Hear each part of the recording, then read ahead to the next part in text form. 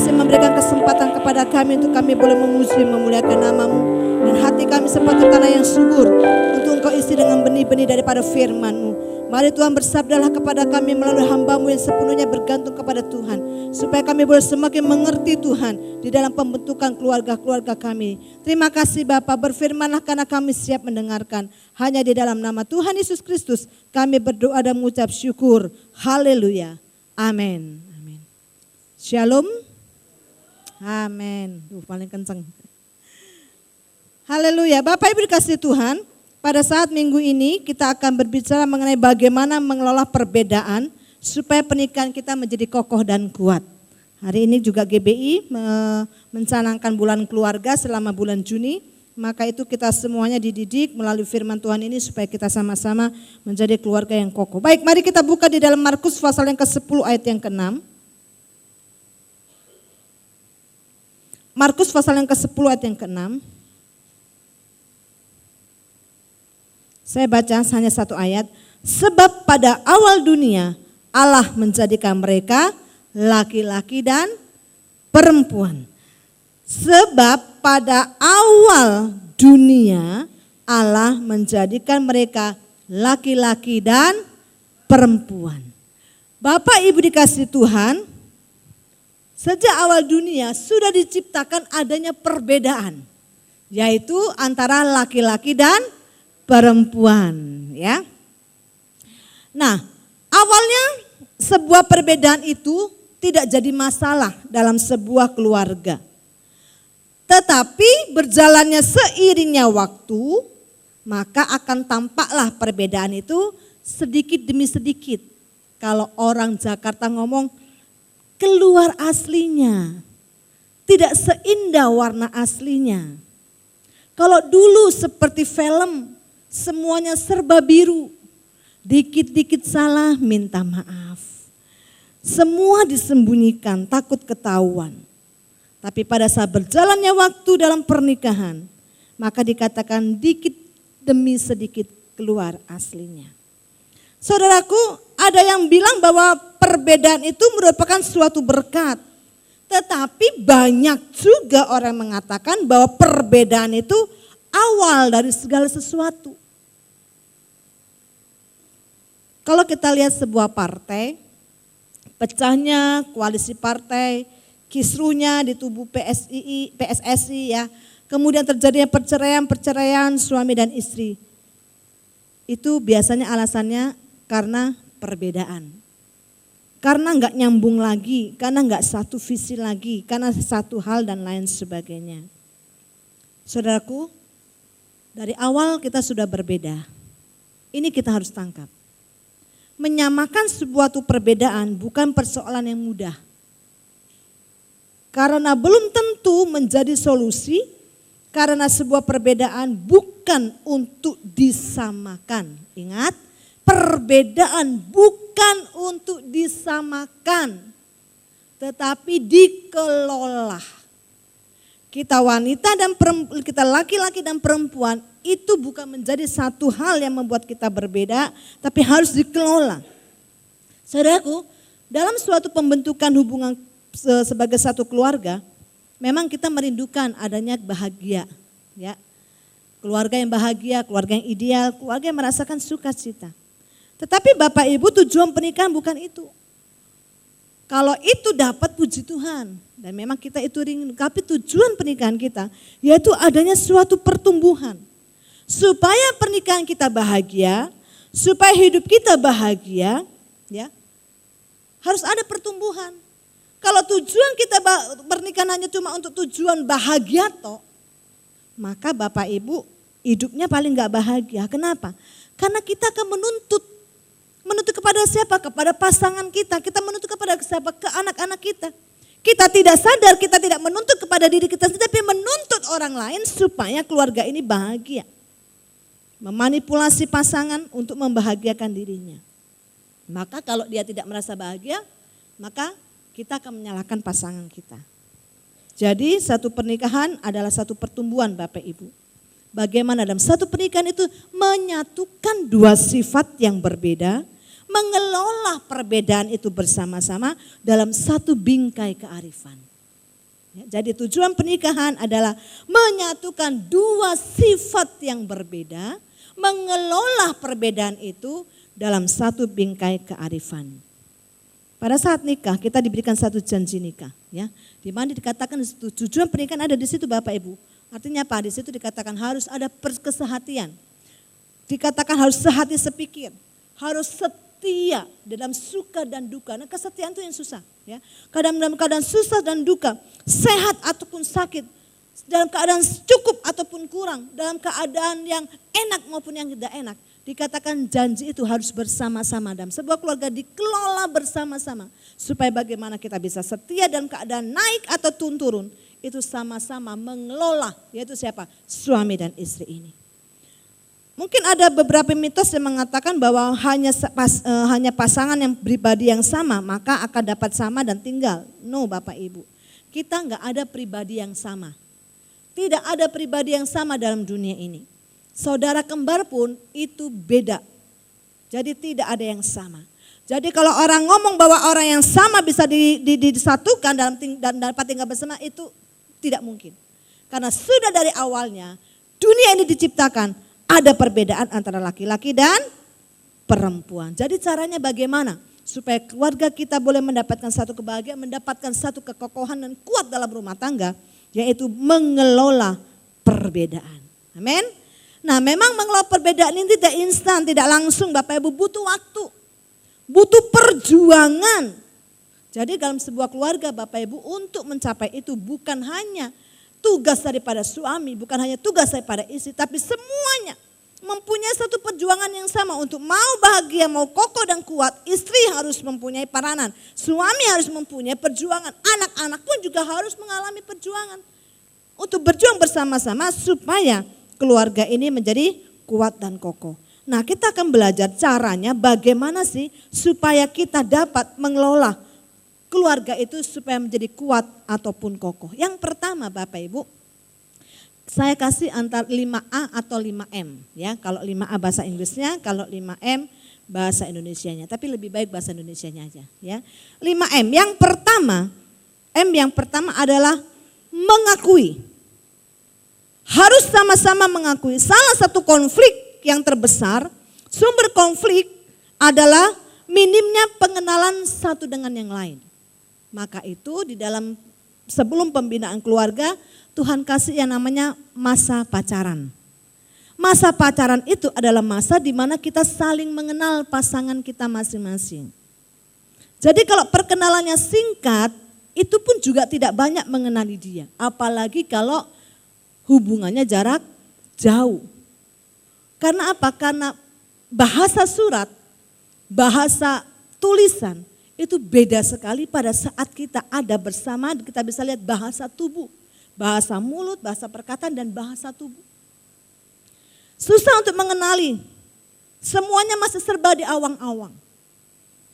Waktu dulu kami pacaran Bapak Ibu, kita sudah belajar mengenai hal-hal ini. Misalnya contohnya, saya anak pertama punya adik 5 perempuan, kami 5 perempuan, saya punya adik 4 perempuan. Dia punya adik cuma 1. Pendeta Puri Marbun. Kita ngomong nanti kalau kita berkeluarga gak ada satupun adik ikut kita. Sudah didasarkan. Terus gimana? Harus dikosin. Gak apa-apa kita keluar uang, yang penting tidak ada orang ketiga di sana untuk apa? Tidak membuka celah untuk itu. Nah Bapak Ibu tuh hal-hal yang seperti itu sudah kami bicarakan sejak masa pacaran. Jadi nggak selalu di awang-awang tapi belajar ya. Kemudian jadi belajar cara untuk dapat mengelola uang, belajar untuk tahun berikutnya. Kalau dia ada berkat, saya ada berkat, Bapak Ibu kita kelola bersama, kita tabungin bersama dan lain sebagainya. Maksudnya Pak, supaya kita belajar saling mengenal satu dengan yang itu pun juga tidak cukup mengenal. Nah, apalagi kalau segala sesuatunya berjalan dengan singkat. Tadi saya katakan setiap pribadi adalah hal yang berbeda. Ya, kita berbeda gender, berbeda latar belakang, berbeda suku budaya, berbeda kepribadian, kebiasaan, kecerdasan, pengalaman, ya, kedewasaan iman dan lain sebagainya. Sebenarnya Bapak Ibu, konflik itu adalah perbedaan yang biasa. Ya. Di dalam konflik itu ada satu perbedaan yang biasa. Konflik karena perbedaan ada hal yang biasa. Cuma Bapak Ibu, hal yang menjadi luar biasa karena yang menikah tidak sungguh-sungguh mempersiapkan diri dengan baik dan untuk dapat mengelola perbedaan itu. Ya. Kita nggak punya kedewasaan di dalam mengelola. Maka itu di dalam usia pernikahan Bapak Ibu, persiapan pernikahan ada usia-usia yang ditentukan. Kalau wanita misalnya 21, 18, kalau laki-laki 21. Artinya bahwa kita bisa melihat bahwa orang ini sudah mulai dewasa. Ya, orang ini mulai dewasa, mulai mengerti bagaimana dia bisa bertanggung jawab untuk diri sendiri dan bertanggung jawab untuk pasangan. Tapi banyak juga yang di usia-usia lebih daripada itu Bapak Ibu dalam menikah tidak ada persiapan diri juga. Kayaknya nikah enak saja tapi setelah jalanin itu yang berat. Ya, jalan itu yang berat. Jadi mempersiapkan diri dengan baik untuk menjalani perbedaan itu. Tadi saya katakan yaitu pernikahan ceritanya tentang dua orang yang mendekatkan cinta di dalam satu wadah. Dan alat yang digunakan untuk menyatakan adalah bagaimana kita menjalani itu dengan cara apa? Dengan cara komunikasi, dengan cara mendengarkan, dengan cara mau berbicara. Semua masalah Bapak Ibu bisa selesai bila ada komunikasi antara suami dan istri, berbicara, mendengarkan. Nah, untuk dapat bisa mengakui, untuk bisa kita menerima, ya, untuk bisa kita mengenal pasangan kita harus lebih banyak bicara. Lebih banyak komunikasi dengan baik. Maka itu pakailah komunikasi. Pada saat kita konflik, jangan diam. Jangan diam Bapak Ibu. Kenapa? Di dalam arti diam itu banyak sekali hal-hal yang iblis pakai sebagai satu celah. Satu saat saya pernah berkunjung ke sebuah keluarga.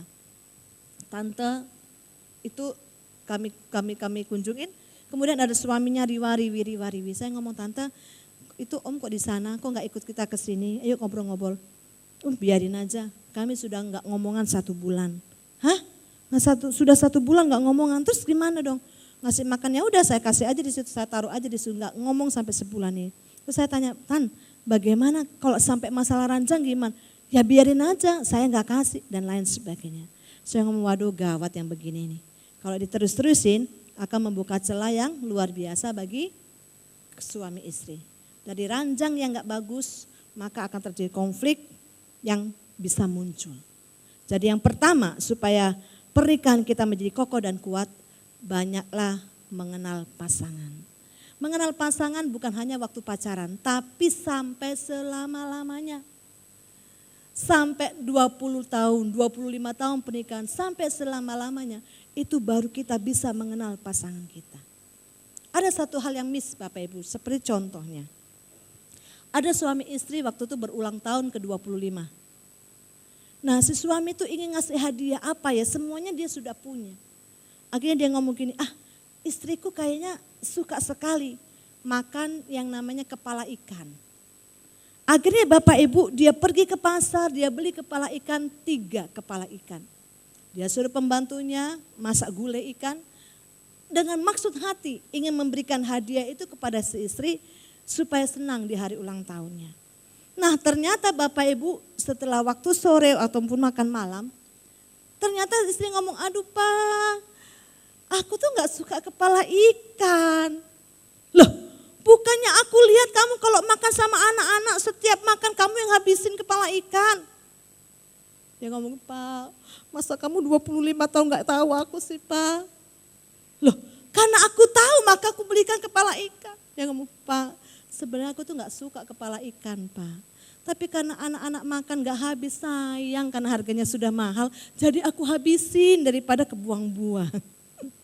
Nah Bapak Ibu, 25 tahun lebih, tapi tidak ada satu komunikasi yang sampai ke hal itu. Jadi yang kecil-kecil itu pun Bapak Ibu, bukan komunikasi yang besar, yang kecil-kecil itu pun, itu ada sesuatu hal yang sangat penting dalam keluarga kita.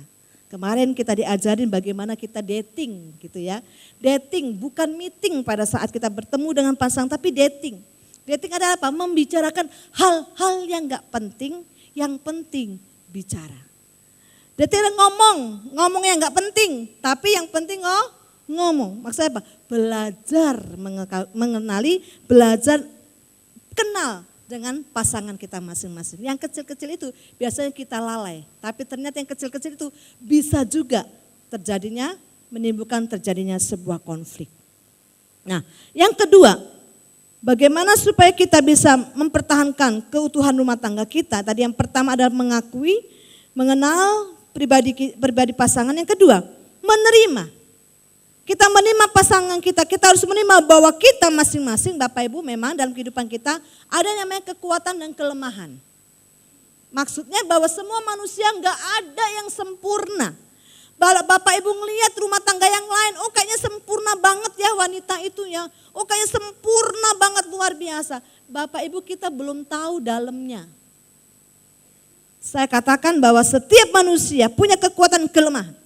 Dan tidak ada manusia yang sempurna seperti sangkaan kita, seperti bayangan kita. Karena dalam hal itu pun dikatakan sudah awal dunia diciptakan laki-laki perempuan. Jadi tidak ada yang sama. Tapi di balik itu Bapak Ibu kita punya kekuatan, kita punya kelemahan. Nah itulah Bapak Ibu kita mau belajar saling menerima kekuatan itu. Kita mau belajar saling menerima kelemahan itu. Kelemahan daripada pasangan kita bisa kita jadikan kekuatan dalam kehidupan kita. Jadi Bapak Ibu jangan remehkan apa yang menjadi kebiasaan ataupun pasangan kita. Jangan jadikan bahwa kecerewetan itu lemah. No Bapak Ibu. Ya. Ada sesuatu hal yang ternyata itu bisa membantu. Saya termasuk orang yang cerewet Bapak Ibu. Saya orang yang suka banyak ngomong.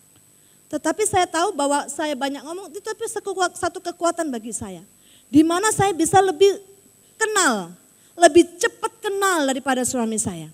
Di tetangga, di tukang bakso, dimanapun saya cepat ngomong, cepat nyapa. Ya. Ada orang yang gak bisa nyapa Bapak Ibu. 2 jam di dalam satu seminar, saya punya teman, semalam kita baru ngobrol. Aduh aku kesel sama Boru ini. Kenapa Inang? Aduh masa 2 jam dalam seminar. Ditanyain itu siapa dari mana? Enggak tahu. Loh kok enggak tahu? Ini mulut untuk apa? Mulut untuk ngomong. Sedangkan yang Inang ini adalah orang yang suka ngomong. Nah Bapak Ibu orang yang suka ngomong suka cepat kenal orang lain. Nah itu menjadi kekuatan bagi saya dan bisa diterima oleh suami saya. Jadi pada saat kita penginjilan, pada saat kita mencari jiwa dan lain sebagainya. Diajak saya, dia akan cepat kenal. Nah jadi kelemahan saya yang cerewet dijadiin satu kekuatan. Pada saat kita dalam pelayanan, pada saat kita dalam keluarga, saya bisa kenal tukang-tukang dan lain sebagainya. Yang suami saya enggak kenal, saya bisa cepat kenal. Ya. Jadi itulah Bapak Ibu kita saling menerima kekuatan kelemahan. Jadi kelemahan dia jangan kita jadikan sebagai sesuatu hal yang terus ditanam. Tapi coba timbulkan rasa, oh itu kelemahannya aku harus terima. Ya. Bagaimana supaya aku untuk dapat mengimbangi kelemahan itu dengan cara apa? Mungkin dalam kelemahan dia Bapak Ibu itu ada dalam kita. Kekurangan kita ada di dalam dia. Maka tuh Tuhan ngomong pada saat kita mencari pasangan bukan yang cocok. Tapi yang tepat. Ya, yang tepat, yang sepadan. Dan itu Tuhan sudah tahu. Pasangan kita menjadi pasangan yang sepadan. Nah Bapak Ibu pada saat kita menerima pasangan kita masing-masing. Coba kita akui kepada pasangan kita, keunikannya dia apa? Ya. Kita ngerti keunikannya, kita ngerti kelemahannya, kita ngerti kelebihannya apa. Coba kapan kita pernah mengakui kelebihan pasangan kita? Kapan kita mulai memberikan satu apresiasi, pengakuan terhadap kekurangan ataupun kelebihan pasangan kita? Apa mungkin kita ngomongin sama orang nih, suamiku ini begini, selalu lelet. Bapak Ibu, apapun yang menjadi dalam keluarga jangan sampai cerita ke orang lain. Ya. Nah kalau pasangan kita lelet, gimana caranya ya supaya enggak lelet? Nah supaya enggak lelet mungkin kita bisa kasih cara supaya jam 3 mandi dulu, dia persiapkan dan lain sebagainya. Ya. Pokoknya banyak hal yang bisa kita atur dengan baik Bapak Ibu. Kita kelola dengan baik. Memang pengelolaan itu yang penting Bapak Ibu. Nah, kapan terakhir pasangan kita dan kita melakukannya terhadap kita dan pasangan? Apakah kita sering menganggap pasangan kita terus salah terus? Ya, kurang terus. Akhirnya apa? Mendapatkan penghinaan yang terus menerus. Saya sedang mendampingi Bapak Ibu seorang wanita, seorang ibu dari HKBP. Karena dulu teman di sekolah, sampai sekarang baik. Satu saat dia operasi kanker serviks. Waktu di rumah sakit, dia sebelum masuk rumah sakit, sebelum mau operasi dia ngomong, Eda tolonglah ke rumah, saya mau cerita. Bapak Ibu waktu dia cerita saya kaget setengah mati. Dia ngomong, saya Eda selama 23 tahun pernikahan, saya gak ngerasain bahagia, padahal anak udah 2. Anaknya pinter-pinter, satu sekolah dapat beasiswa di Jepang, satu di Bali. Hah? 23 tahun? Gak ada bahagia. Kemudian dia lanjutkan ceritanya, dikorek semua Bapak Ibu dari awal pernikahan sampai sekarang ini. Akhirnya pada waktu mau operasi malamnya Bapak Ibu puji Tuhan suaminya ada, kita ngadain konseling, saling memaafkan. Tapi berjalannya ke sini Bapak Ibu masih tetap belum ada perubahan. Dia ngomong, aduh saya susah sekali. Kenapa? Karena itu Bapak Ibu tidak saling menerima satu dengan yang lain. Gak ada saling penerimaan satu dengan yang lain. Si suami gak mau foto sama istrinya. Tapi kalau foto sama wanita-wanita lain, waduh dia senang. Wah semangat luar biasa. Tapi kalau foto sama istri gak mau sama sekali. Supaya dorong-dorong sama anaknya. Gak mau.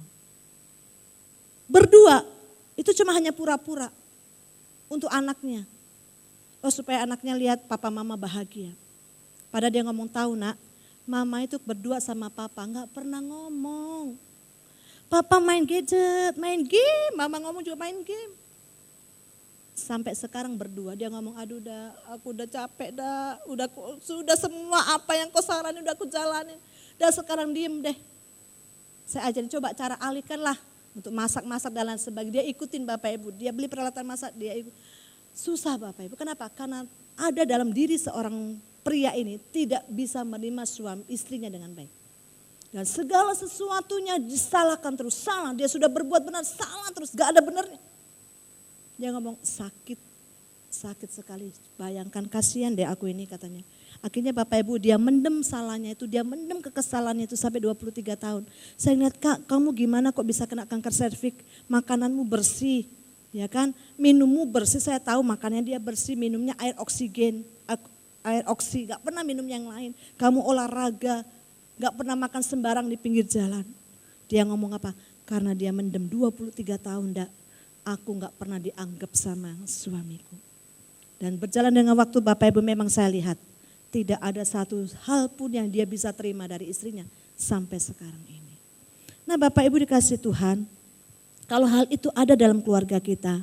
Ayo cepat kita bertobat. Jangan sampai Bapak Ibu masalah perbedaan merusak rumah tangga Anda. Karena Anda tahu pada waktu Anda nikah itu sudah beda. Tapi perbedaan jangan sampai menghancurkan sebuah keluarga. Saya sebenarnya iri Bapak Ibu kalau bulan-bulan keluarga itu saya iri. Di gereja kami juga mengadakan bulan keluarga. Bulan minggu pertama dikatakan keluarga gak boleh cerai. Kita semua suami istri berdoa, berdua. Saya nangis.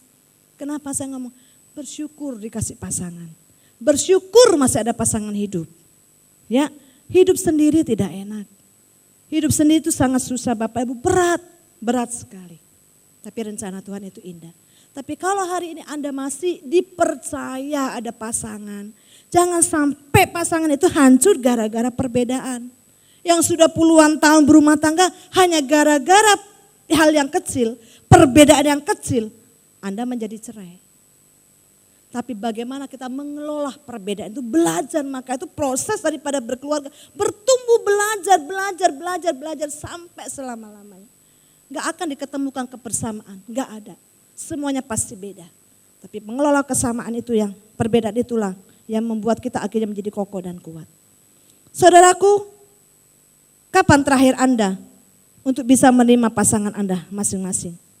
Jangan terus menyalahkan, jangan terus menyerangnya Bapak Ibu. Tapi terimalah perbedaan itu dan kelolalah bersama-sama. Saling menerima satu dengan yang lain. Hal yang ketiga. Kalau tadi pertama supaya kita menjadi kokoh dan kuat pernikahan harus saling mengakui, menerima. Dan yang ketiga saling menyesuaikan. Ingat terus Bapak Ibu bahwa menyesuaikan perbedaan-perbedaan kita dan melunakkan perilaku serta harapan-harapan kita. Nah pada saat kita menyesuaikan diri Bapak Ibu itu memang tidak mudah. Menyesuaikan diri dengan kesamaan, dengan dengan kebiasaan-kebiasaan mereka tidak mudah. Karena memang dari awalnya sudah beda, semuanya nih beda nih. Latar belakang beda, ya kebudayaan beda, itu tidak mudah. Karena saya juga rasakan suami saya berbeda segala sesuatunya. Dari cara ngomong, dari cara bersikap, dari cara makan dan lain sebagainya itu sangat beda.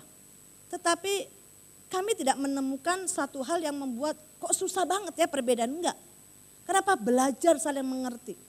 Kalau dia orangnya marah, Bapak Ibu saya tahu, oh kok dia marah dia diem, dia nggak mau ngomong. Ternyata kami punya dua sifat yang sama. Kami punya sifat yang kalau sudah flag kami nggak mau ngomong.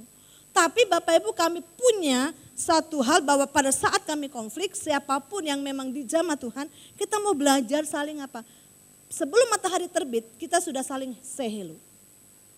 Sehingga membuat berantemnya kami, konflik kami tidak sampai besok, tapi diselesaikan malam itu juga.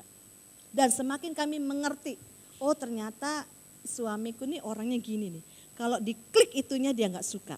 Ya, kalau diklik masalah itu dia nggak suka. Ini dia juga tahu, oh ini kalau diklik ini istriku nggak suka. Ya, jadi belajar di situ akhirnya Pak kita saling ngerti. Akhirnya saya mengerti bagaimana suami saya dan saya tidak akan membuat dia yang bisa marah. Suami saya nggak pernah marah Bapak Ibu, jarang sekali marah. Tapi kalau sekalinya marah, kalau sudah kesinggung itu Bapak Ibu, wah dia ngomongnya pedas sekali. Sampai saya rasanya nggak berharga banget di hadapannya. Itu yang dia rankul. Dia nggak nempeleng, dia nggak ngapa-ngapain. Tapi cuma itu aja dari perkataan satu kata aja. Itu bisa membuat saya sakitnya luar biasa. Nah kalau sudah sampai pada puncak itu Bapak Ibu, saya stop di situ dan saya tidak melakukan sampai dia memuncak marahnya. Ya, jadi dari hal itu, pertama kali itu saya mengerti bagaimana dia, akhirnya saya lakukan. Banyak hal Bapak Ibu. Dalam hal cara mendidik anak, dalam cara mengasuh anak, menegur anak saya belajar. Saya dari orang Jawa Timur yang kasar, kami juga campuran dengan orang Madura. Dia orang Batak tapi dia bisa mempunyai kelembutan, apalagi saya. Masa dia orang Batak aja lembut sama anak saya nggak bisa. Nah dari situ Bapak Ibu saya ngerti bagaimana cara dia menegur anak. Bagaimana cara mengasihi anak. Bagaimana dia mendoakan anak. Sampai tidak terjadi antara konflik orang tua dan anak. Nah perbedaan-perbedaan itu Bapak Ibu menyesuaikan itu memang tidak mudah. Tapi dari situ saya belajar. Belajar Bapak Ibu untuk menyesuaikan perbedaan-perbedaan. Dan belajar bersama-sama. Ini loh yang terbaik yang harus kita lakukan. Pada saat anak saya salah. Suami saya enggak marah, tapi saya ngomel. Saya greget Bapak Ibu, saya kepengen cetol aja itu. Tahu cetol ya? Cetol itu orang Jawa dijiwit gitu loh, dicubit ya. Saya kepengen cetol aja tuh anak. Tapi suami saya udah diam kamu di sini, aku yang ngomong. Dia cuma hanya, Dek kenapa kamu lakukan itu? Setelah kamu lakukan itu dia ngaku, kamu tahu enggak kalau ini salah? Iya Pak. Ya udah kalau kamu udah tahu salah, sekarang kamu berdoa, minta ampun sama Tuhan, nanti Papa doain kamu lagi. Nah Bapak Ibu itu saya belum pernah terima yang kayak gitu. Belum pernah mama saya melakukan itu. Saya pernah salah sama mama saya diambilin lidi, saya dipukulin sama mama saya. Sampai sekarang saya sakit hati sama mama saya.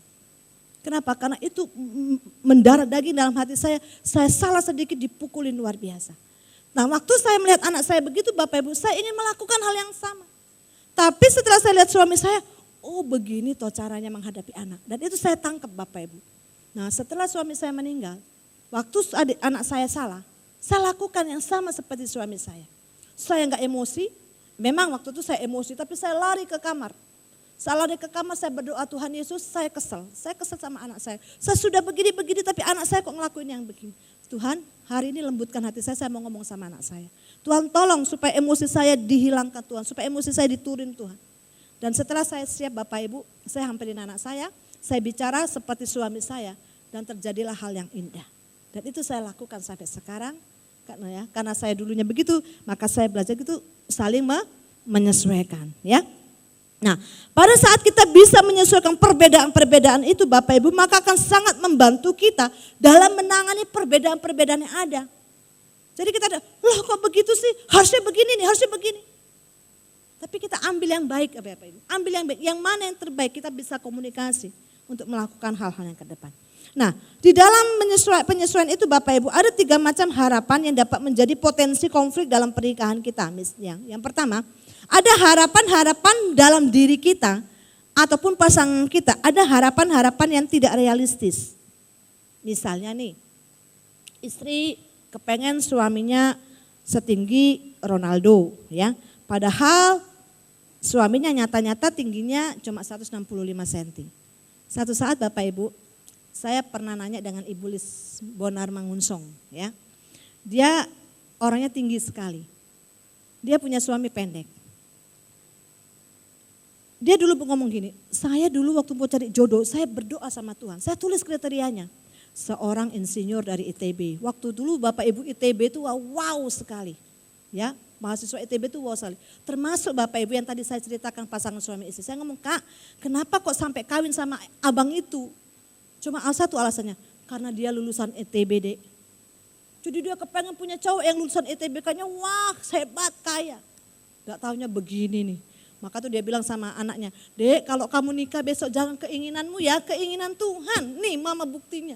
Mama terus nego sama Tuhan, pokoknya ITB. Akhirnya begini nih, 23 tahun menanggung penderitaan gara-gara lulusan ITB. Nah Bapak Ibu, ibu dia juga mau lulusan ITB, seorang insinyur, seorang angkatan laut, seorang angkatan ya dan lain sebagainya. Blablabla. Nah dia gak berdoa untuk tingginya. Dipikir gini, Tuhan juga udah tahu lah tingginya gitu ya. Saya tinggi ya dikasih yang tinggi. Nah Bapak Ibu semua jawaban doa, tiba-tiba ada seorang bapak, seorang kolonel, Bapak Ibu datang. Semuanya kriterianya ada di Bapak itu. Nah tapi Tuhan kok tingginya gak sama. Ya di bawah banget gitu. Tapi dia ngomong, saya ikutin apa kata Tuhan. Saya sudah tulis, saya sudah doakan, saya harus konsisten dengan doa saya. Bapak Ibu semuanya ada di dia. ITB, angkatan, ya insinyur, semua hamba Tuhan semuanya ada di sini. Akhirnya dia tunduk sama Tuhan, dia terima. Sampai sekarang Bapak Ibu terjadi hal-hal yang menarik. Memang tidak mudah menyesuaikan itu ya. Tadinya kepengen suaminya tinggi dan segalanya, akhirnya apa? Dia nggak terima gitu ya. Ada harapan-harapan yang tidak realistis. Nah, maka itu kita harus buang harapan-harapan itu ya. Yang tidak ada apa? Jangan sampai bermain di pikiran kita. Misalnya contohnya lagi seperti istri yang ingin punya rumah mewah, ingin dibelikan rumah mewah. Ya. Mewah itu memang mewah Bapak Ibu, bukan mepet sawah, bukan ya. Rumah yang mewah maksudnya, ya. Bukan mepet sawah, bukan. Yang mewah, yang lux. Tapi kita ngerti keadaan suami kita bagaimana. Setelah saya jadi seorang single parent sebagai papa dan mama Bapak Ibu, saya ngerasain loh perasaan suami itu kayak apa. Saya bisa rasakan bagaimana pergumulan, bagaimana tanggung jawab yang dia harus lakukan itu saya ngerti banget. Karena saya sudah double sekarang ya. Jadi sebenarnya Bapak Ibu, seorang suami, aduh nanti suami jadi tinggi hati nih. Seorang suami itu ingin ngasih yang terbaik bagi istrinya. Ingin ngasih yang terbaik untuk anak-anaknya. Benar gak Bapak-Bapak? Benar. Benar kepengen, gak usah dibilang udah kepengen ngasih yang terbaik. Tapi karena keadaan dan lain sebagainya, dia bisa mungkin belum hari ini dia memberi Bapak Ibu. Tapi kalau si istri ngomel terus, ya terus dimintain dan lain sebagainya. Bapak Ibu dikasih Tuhan, ayo harapan-harapan begini jangan diteruskan. Tapi bagaimana cara kita membantu suami kita. Sebenarnya hatinya kepengen kok. Tapi karena keadaan dan sebagainya tidak bisa memberi. Tapi si istri dalam keadaan apapun terima suami kita dengan baik ya. Harapan-harapan yang tidak realistis. Misalnya juga si suami kepengenlah istrinya cantik, kepengenlah istrinya begini. Teman saya juga ngomong gitu. Bu kamu tuh dandan. Ya tadi gak mau foto tuh. Kamu dandan tuh kayak itu perempuan itu dandan. Pak kalau aku mau dandan kayak gitu aku bisa Pak. Gampang. Tapi harganya Bo katanya. Nah, kalau papa mau aku cantik, ayo kita sekarang ke toko. Dia pergi ke toko Bapak Ibu.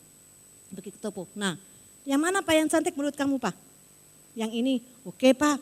Bagus ya, cantik ya Pak. Kalau aku kira-kira pakai itu cantik gak? Cantik. Coba Papa lihat dulu, ambil dulu, lihat dulu berapa harganya. Pas dilihat, wih mahal juga ya mah, 3,5 juta. Nah itu Pak, kalau mau cantik modal suami. Papa bilang aku beli baju 150, 200 ribu, ini udah bagus Pak. Aku bisa nabung untuk anak-anak sekolah, untuk rumah sakit dan sebagainya. Kalau aku bukan wanita bijak Pak, aku bisa habisin uang kamu semua. Kamu lihat kan, untuk cantik butuh modal. Dia nuntut suaminya, istrinya cantik, dia nuntut sempurna seperti perempuan-perempuan lain di gereja. Tapi nggak ngerti bagaimana mahalnya harganya. Memang Pak, orang cantik itu mahal semua. Barangnya sih sederhana, simple. Karena simple itu tapi mahal harganya. Ya kan simple-simple itu mahal harganya. Jadi Bapak Ibu dikasih Tuhan, harapan-harapannya demikian coba kita hilangkan. Terima sepasang kita apa adanya. Lihat di balik itu semuanya. Oh ternyata istri saya ini sudah begini, hebat juga ya. Dia bisa nabung, keuangan daripada gereja, keuangan daripada keluarga dia rapi baik-baik dan lain sebagainya. Ada sesuatu coba congkel, kebaikan itu apa? Jangan buruknya atau yang dilihatin. Coba kalau kita Bapak Ibu, dia akan lihat keburukan kita pasti nggak ada yang baik ya. Buruk semua. Tapi pada saat kita mampu untuk melihat hal yang positif, maka hal-hal yang kecil itu yang negatif akan terkikis ya.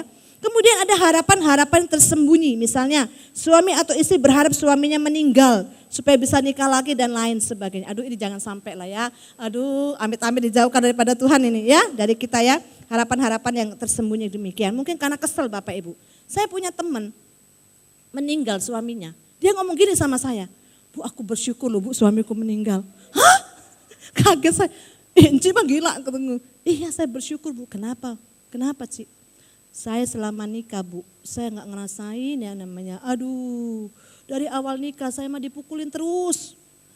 Saya hamil dijejak, anak saya udah gak bisa minum, gak bisa makan nasi dari umur kecil sampai umur 7, sampai 10 tahun ya. Ada yang sampai anak SMP itu gak bisa makan nasi, jadi minum susu terus. Jadi tiap 3 jam dia kasih minum, dia udah gak kerja tapi mana terus, emosi terus dan lain sebagainya. Maka tuh pada saat dia ngomong, suaminya meninggal bersyukur, saya bisa ngerti juga Bapak Ibu. Tapi jangan sampai ya, jangan sampai istri-istri ngomong, aduh bersyukur suamiku meninggal. Berarti ada sesuatu yang salah terhadap laki-laki. Kemudian Bapak Ibu ada harapan-harapan yang tidak serasi. Misalnya istri ingin liburan ke daerah pantai, suami ingin ke puncak. Ya, dia senangnya makan asinan, kita senangnya makan yang manis dan sebagainya. Itu hal-hal yang kecil Bapak Ibu. Kalau saya rasa hal-hal yang demikian kalau dikomunikasikan dengan baik, saling menerima ya, seperti tadi saling menyesuaikan dan lain sebagainya. Gampang kok diselesaikan, gampang diselesaikan. Ya. Seperti misalnya si suami nggak mau makan asin. Si istri karena dari Jawa senang manis. Nah gimana caranya supaya nggak berantem terus? Ya sekarang kita masak aja tetap.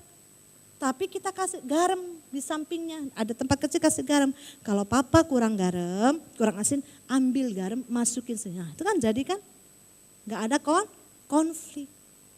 Kalau hal itu tidak kita cari solusinya Bapak Ibu, rumah tangga mah berantem terus. Berantem terus, yang kecil-kecil tetap terus akan berantem ya. Jadi saling menyesuaikan satu dengan yang lain. Seperti Pak Joni lagi cara mencat odol pun juga harus belajar. Cara naruh baju di kamar mandi harus belajar. Naruh sabun harus belajar. Ada anak-anak yang naruh sabun senengnya ngambil yang baru terus. Baru setengah mau yang baru. Ya, suamiku juga begitu. Kalau saya enggak Bapak Ibu, yang lama-lama saya kumpulin. Saya kumpulin, saya penyet. Atau enggak saya masak, saya jadiin satu lagi, balok lagi, bisa dipakai lagi. Ya, itu perbedaan yang kecil-kecil. Tapi kalau kita kerjakan dengan sukacita, enggak ngomel-ngomel, pasti semuanya damai. Amin. Nah, yang keempat, harus ada saling menghargai, saling memberikan pujian, saling memberikan penghargaan untuk jasa, untuk kontribusi masing-masing. Jangan rasa kita doang yang bekerja, kok kita terus yang cari duit dan lain sebagainya. Bapak Ibu harus saling menghargai. Nah, bagaimana cara menghargai pasangan Bapak Ibu? Anggap bahwa pasangan kita adalah teman satu tim dalam keluarga kita. Kalau Bapak Ibu pekerja, punya teman satu tim, pasti Bapak Ibu mampu bertegang rasa. Ya. Bapak Ibu bisa berdiskusi. Pada saat ada satu usaha Bapak Ibu diskusi.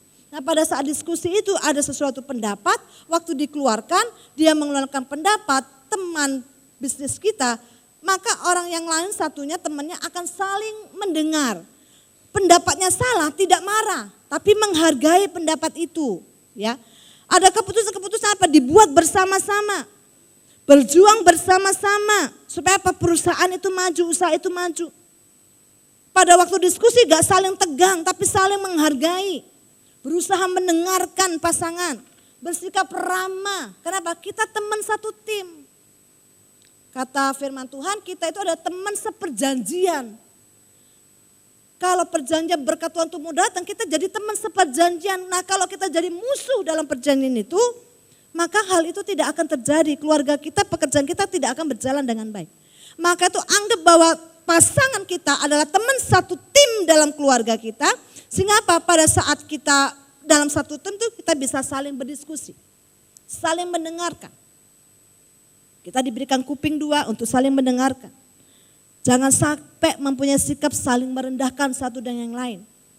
Saling junjung. Tadi ada satu kesaksian yang tadi saya ngomong Bapak kolonel itu Bapak Ibu. Pada saat dia ngeliat istrinya mulai gemuk, dia nggak ngomong gini loh, "Ma kamu udah gemuk banget sih Ma." Tapi ada ada suami-suami yang ngomong gini, "Itu badanmu sudah kayak bulldozer, masih makan melulu." Tapi suami dia ngomong, "Suami saya walaupun saya gemuk, tapi dia nggak tega ngomong saya gemuk." Yang dia lakukan apa?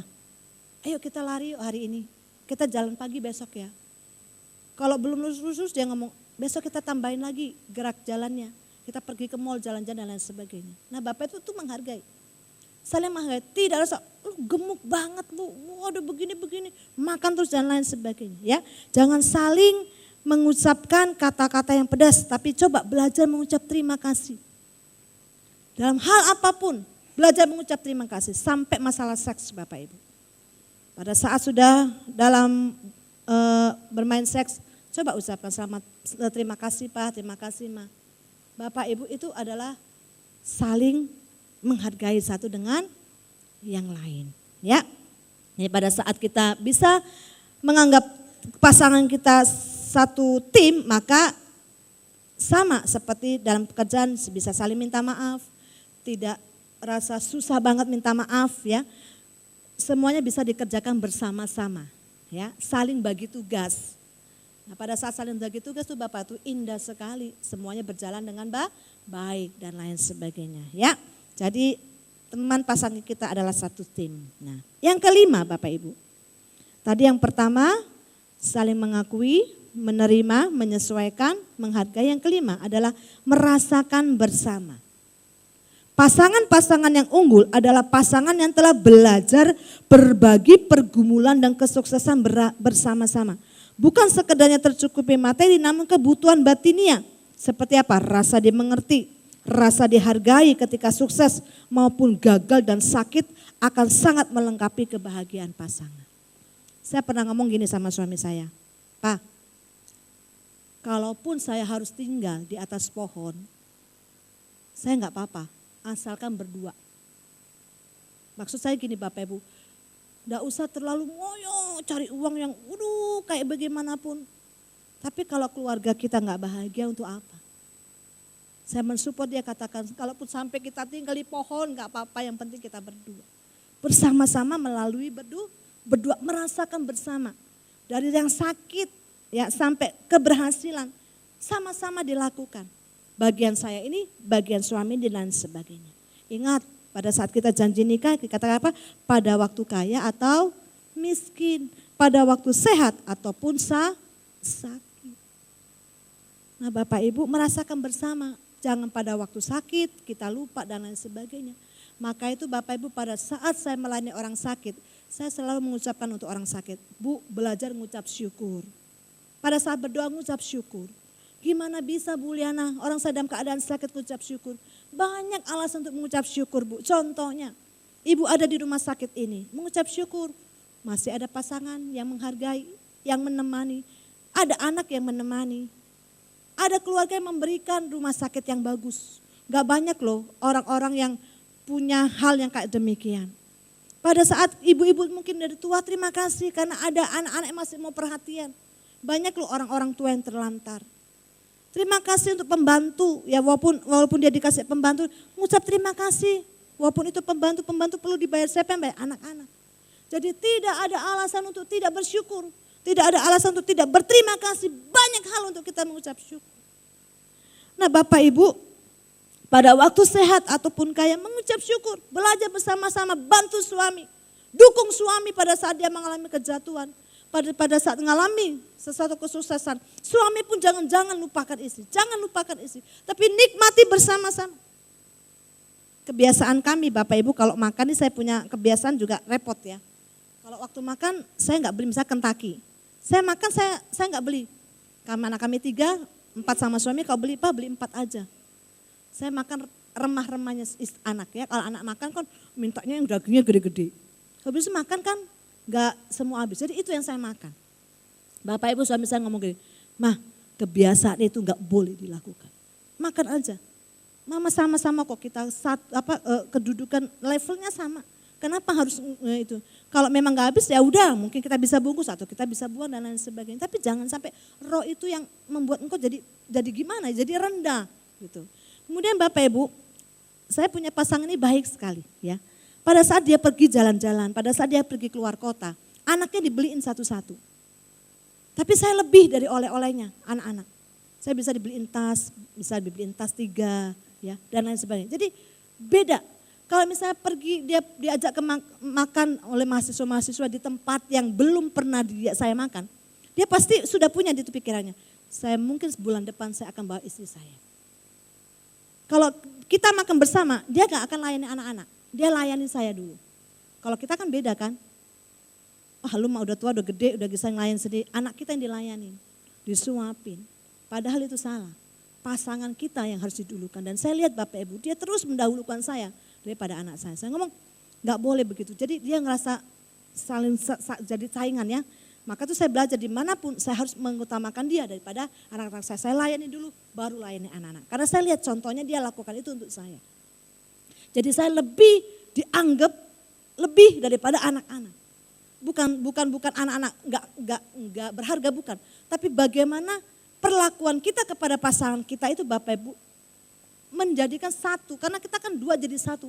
Jadi mengalami kebersamaan sama-sama memang enak dan gak enak tuh kita harus alami bersama-sama.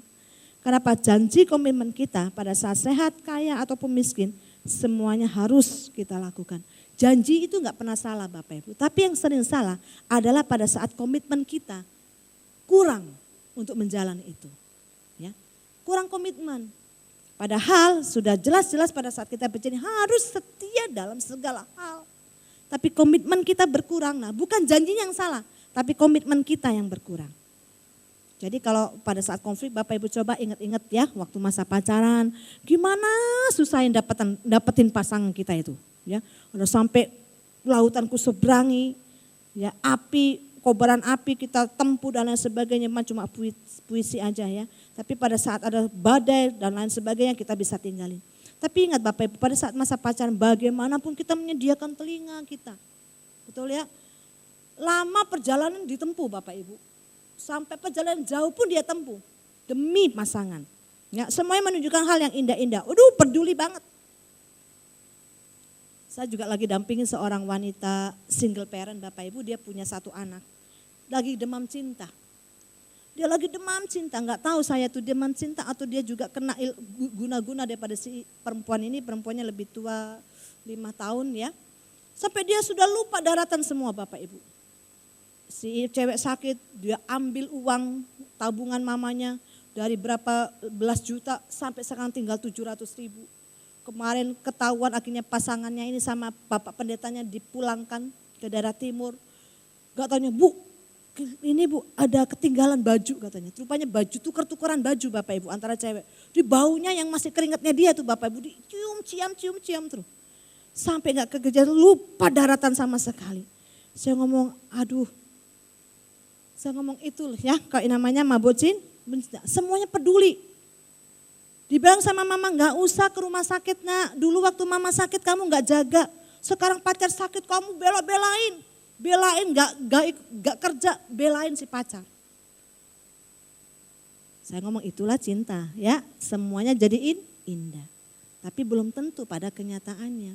Masihkah ada kepedulian kita pada saat kita masih ingat waktu masa pacaran kita. Nah itu yang harusnya Bapak Ibu kita hadirkan pada saat kita berumah tangga.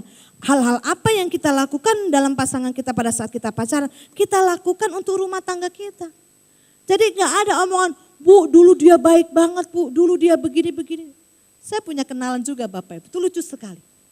Waktu sudah jadi pasangan, semua saudara-saudara ngomong, dia pun juga ngomong, saudara-saudara ngomong, bah dulu waktu pas masih pacaran Bu, aduh baik banget Bu, baik banget. Wah semuanya baik.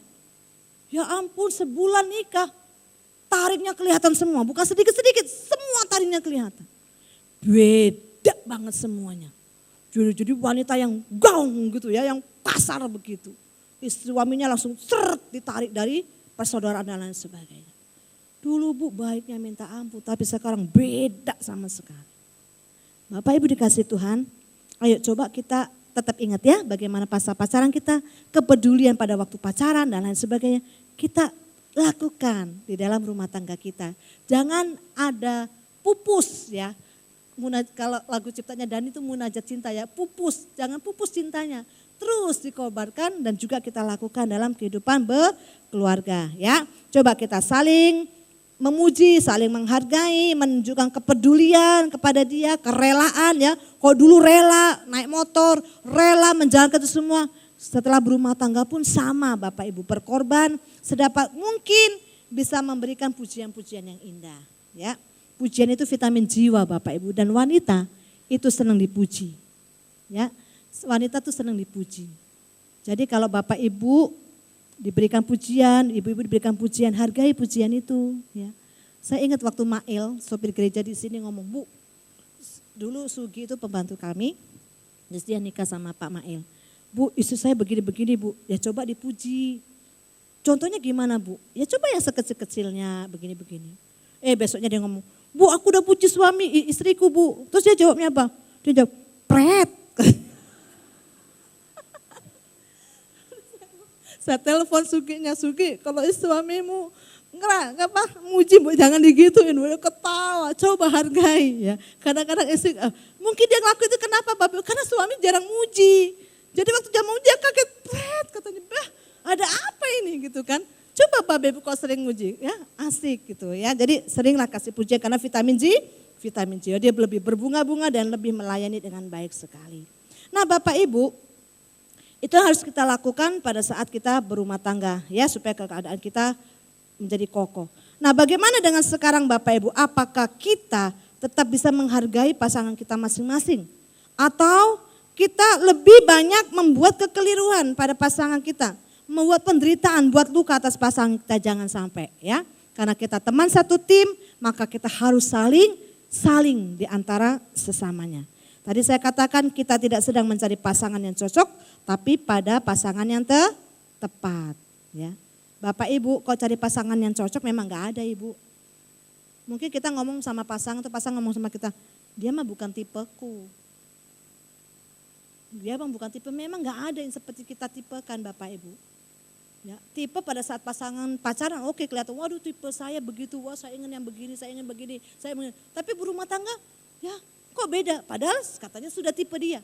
Ya, jadi tidak ada yang cocok tapi pasangan yang tepat ya.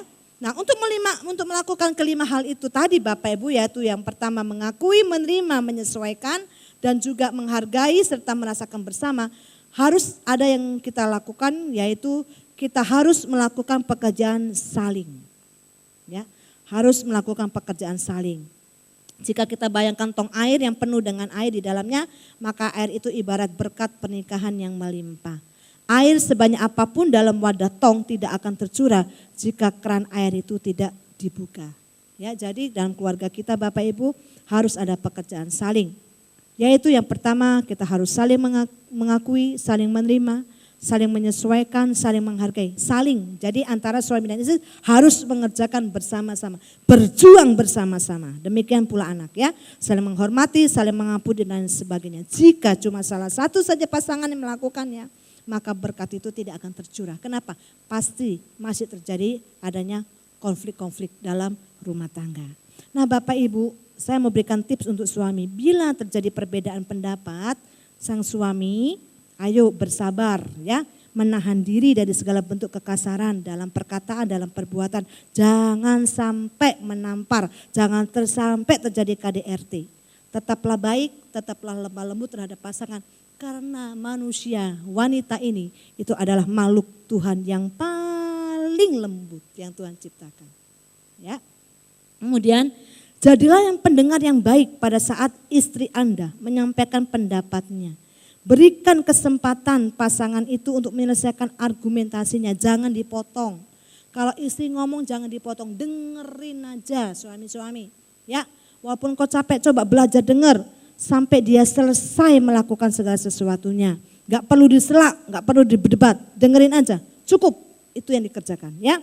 Nah setelah pasangan kita selesai berbicara barulah kita menyampaikan pendapat kita secara lemah lembut, jangan kasar ya. Sampaikan ide-ide kita yang terbaik bagi dia yang objektif ya dan masuk akal. Kemudian Bapak Ibu perhatikan pitch control suami-suami dalam menyampaikan pendapat. Seorang suami yang berbicara dengan nada yang rendah, misalnya menggunakan nada bass, akan lebih berwibawa jika dibandingkan dengan nada tenor. Ya, harus dengan lembut karena wanita senang dengan kelembutan. Intinya pastikan Anda selalu memperhatikan kelemah lembutan dalam berbicara. Karena yang Anda hadapi adalah makhluk Allah yang sangat halus. Ya, yang terakhir, yang penting adalah kemampuan mengenali pasangan yang ada dalam diri kita, kemudian berlatih bagaimana mengungkapkan perasaan kita kepada orang lain. Mengelola perasaan sangat penting karena ternyata perasaan itu mempengaruhi cara kita berpikir. Jadi pada saat kita ngomong, ya suami ngomong, coba ngerti perasaan yang perempuan itu kayak apa. Ya, jangan kemauan kita sendiri, tapi ngerti perasaan itu karena kalau kita bisa mengenali perasaan, bukan hanya perasaan kita terus yang mau dimengerti, akhirnya apa? Karena perasaan kita yang mau dimengerti, akhirnya apa? Kita menjadi kasar, kita menjadi emosi. Tapi pada saat kita belajar mengerti perasaan orang lain, pasangan kita, maka ini loh emosi yang tadinya 90, dia bisa jadi 60, dia bisa jadi 50. Maksudnya apa? Emosi menjadi turun, dan pada saat komunikasi terjadi dengan hal yang baik. Oleh karena itu, jemaat yang Tuhan kasih, selamat mengelola perbedaan yang ada dalam rumah tangga Anda dengan baik, kelola dengan baik sehingga pernikahan Anda akan semakin kokoh dan semakin kuat sekarang sampai selama-lamanya. Amin untuk firman Tuhan. Haleluya. Mari kita berdiri bersama-sama, kita meresponi firman Tuhan pada saat malam hari ini. Kita pujikan sebuah lagu yang ada di Warta, yaitu nomor 5, Bahasa Cinta. Ya, karena bahasa inilah yang harus kita terus pelajari sepanjang keluarga kita ada. Kalau Bapak Ibu datang dengan pasangan, Bapak Ibu bisa nyanyi bersama-sama, pegang pasangan Anda. Minta supaya Tuhan tetap terus bisa mengajari bahasa cinta dan mengimplementasikannya di dalam kehidupan keluarga kita bersama-sama. Haleluya.